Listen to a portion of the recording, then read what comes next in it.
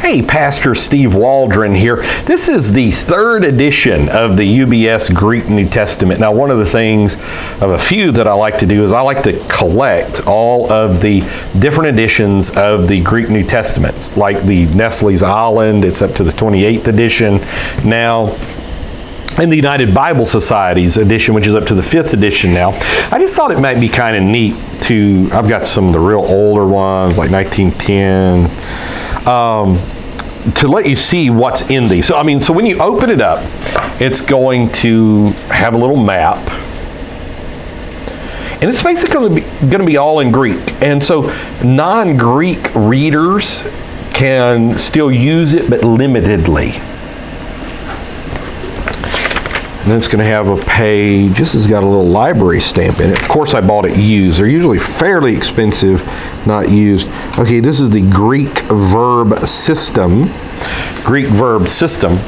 Now, one of the things, I just did a video a while back on the best way to learn biblical Greek, and I need to do one on the best way to learn biblical Hebrew as well. One of the things is like the Greeks didn't learn Greek this way. So you say, well, but they heard it growing up. That's one of the proofs of creation. They could listen to it, and we're built to learn language and to know language. And our tongue is created to verbalize, and our ear canals are created, the concave, to hear and to enter into the brain to have understanding. Just these things couldn't evolve. But so maybe it's better to learn Greek in ways the Greeks would know. They would so many things. So here is edited by Kurt Island, Matthew Black, Carlo M. Martini. So that's kind of the Catholic connection people have. Bruce Metzger, Collard professor up at Princeton, formerly anyhow. Alan Whitgren. Metzger also taught Bart Ehrman. Institute for New Testament Research, Munster, Westphalia, under the direction of Kurt and Barbara Allen. Now you'll notice third edition corrected. This really started with Tischendorf. And Tischendorf came out with 1st, 2nd, 3rd, 4th, 5th, 6th, 8th, and 9th editions, if I'm not mistaken. And then it was kind of taken over. And one thing, that's kind of sketchy to me is like when people don't make things open. And so they kind of always kept everything in Munster, Germany. I don't know how to say it. It looks like Munster, but it's Munster cheese, whatever. And wouldn't let people see what they were doing. So this is a preface to the first edition, index of quotations, Old Testament order, New Testament order, principal manuscripts and versions cited in the textual apparatus, principal symbols and abbreviations. And so this is Kurt Island, Matthew Black, Bruce Metzger, Alan Whitgren did the preface to the third edition. So right now, like the Catholic Church, that in a sense fought Protestant Bibles, the Bible at a certain point was on the Index Prohibitum, Librarium Prohibitum Index. Now they're critical text people. Now, really, all this falls, if you've really been studying cutting edge, with the downfall of Sinaiticus and Vaticanus. It's almost a proven fact that Sinaiticus and Vaticanus are frauds. And so most of the modern textual apparatus is. And this just gives you the different dates, the centuries. It's like 3rd century, Cairo, P15. I've done Comfort's got a book of all the New Testament papyri of that time. And he's got a picture and that, and I've got that book, and it sells for a lot of money now. I don't even know where the book's at. But it's very helpful. But this just gives the centuries of the different things. Like here's some about 200, P66, P67, P64, about 200, which I think that's the Magdalena papyrus, which the epifluorescent confocal microscope has said is before 66 AD. It's a book of Matthew. And, and I would not be a Markan primacy guy, priority of Mark. I would say Matthew may have been written late too, just by some of the phraseology in Matthew. We won't go into whether it was originally in Aramaic or not. But like Sinaiticus in London, this is its 4th century date. Doubt it. Vaticanus, 4th century. Doubt it.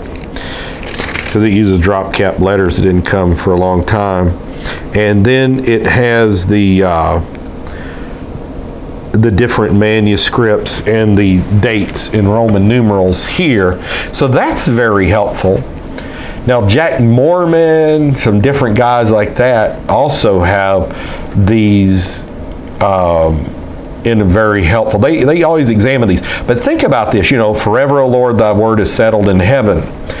God preserved his word, and these type things. But here, this is an ever-changing word. And that's not good. How can you have a faith in an ever-changing word? So here's going to be like the Greek text. It's going to have the parallel passages in the Gospels. And then it's going to have the different textual bases at the bottom. Guys like, Bible for Today, the Dean Burgon Society, Dean Burgon himself. He would be before these different textual apparatuses, would have just excellent examinations of these. Strauss would, Floyd Nolan Jones. And so it comes with these little things too, which is a little handy manuscript digest. Whether it's majuscules, which is known as uncials, which means all capital letters, or beginning in about the 9th century, it began to be copied, the Bible, in minuscules,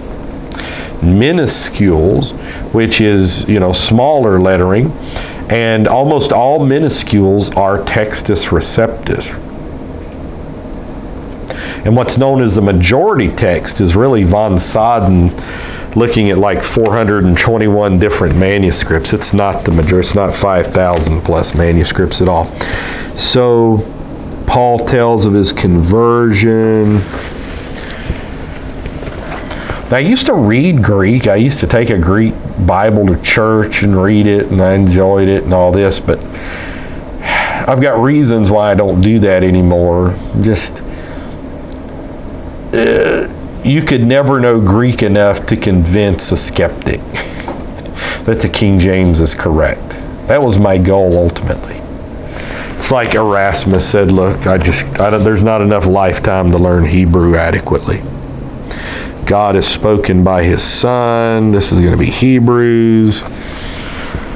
And you can see like the darker things, maybe textual disputes. Comes with a little ribbon marker. So you can buy these, like, I may have gotten this one at Goodwill or something. So you don't have to pay $60. Sometimes you can pick these up on eBay, $14.95. But they're up to the 5th edition now and just keep going. So there's no evolution. I find it fascinating that evolution and evolution of Bible text hit about the same time. And it's the same mindset. And I don't believe in either one. Because I don't think the evidence does. People say, well, that's just faith. It's like flat earth or something. No, it's just evidence. So the Greek New Testament by the Allens, this is the 3rd edition. I'm going to do a review of the 3rd edition with the dictionary at some point. So, it's my hand, and it's not a big book. And it's kind of a flex hardcover, and it's meant for, serious study on manuscripts. But again, they're getting, I do appreciate, I can't think of his name right now, he's out of Dallas Theological Seminary, putting so much of this online. And I may have done a video on that already. If not, I need to, on how to search for ancient manuscripts online. God bless. Talk with you later in Jesus' name.